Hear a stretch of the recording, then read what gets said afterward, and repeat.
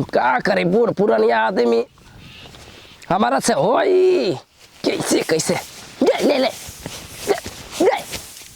थाला ले ये करा पर खींच उतारला ले कोनो फायदा नहीं है। अभी जे है ना अभी जे बहुत जतनी आराम आराम से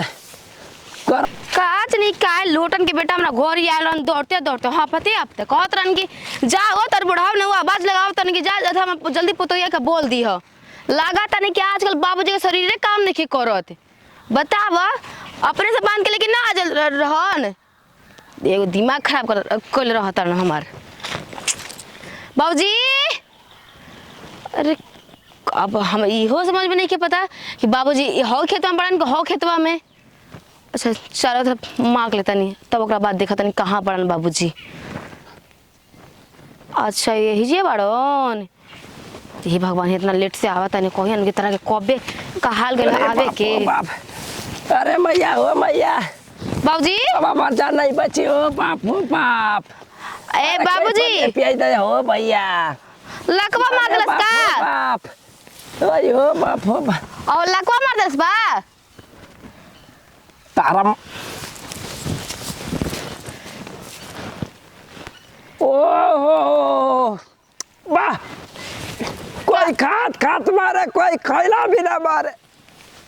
हे जब बाप बूढ़ के समाज में नहीं खा तोरा मरद के तोरा समाज में नहीं खा के काम धाम के दिन बाटे है काम करते रहे एक लोटा पानी या करी की तरह की चूरा गुड़ भेजवा दिए आ भेजनी तो ना ले ली काहे दहिया में ताकत नहीं खे दहिया भगवान जी कोड़ी फोड़ देले बड़न काम नहीं क्यों तारा से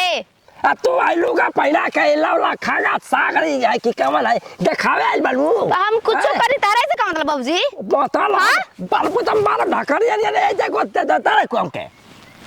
देखो बूढ़ा हो जाए चढ़ बढ़ के बोला मत ठीक ना एक तो मरद हमरो कमालन हम उनकरे कमाई खाई ना सजी ना सबरी ना 4 दिन सारा जा तू क्या बोले वाला तू कमाला आजकल आज के डेट में पैसा 1 रुपया तो तू पैदा कर बियो करा के पैदा के लाई बोला पैदा के लाई रे बोला पैदा के लाई बोल पैदा के लाई मार के सुनी बाबूजी हम भी बुझम ना कि रहुआ हमर ससुर लगी ना ठीक ना। अरे बाप हो बाप भाई देखा हो हम नहीं की जात बोले कि टोला माला पूरा सुनो ना गांव के जवार लोग त कॉल के ससुर पुतोया में झगड़ा होत रहला है तो आराम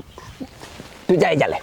जात है तार खून खत्म कहत नहीं जा ऐसे हम घर में खाना नहीं बनवला ना बनी बनबो ना करी हां त भूखे रही या भूखे मर ये का के सजा सवारत नहीं देखावे खातिर लवंडर के देखाव दा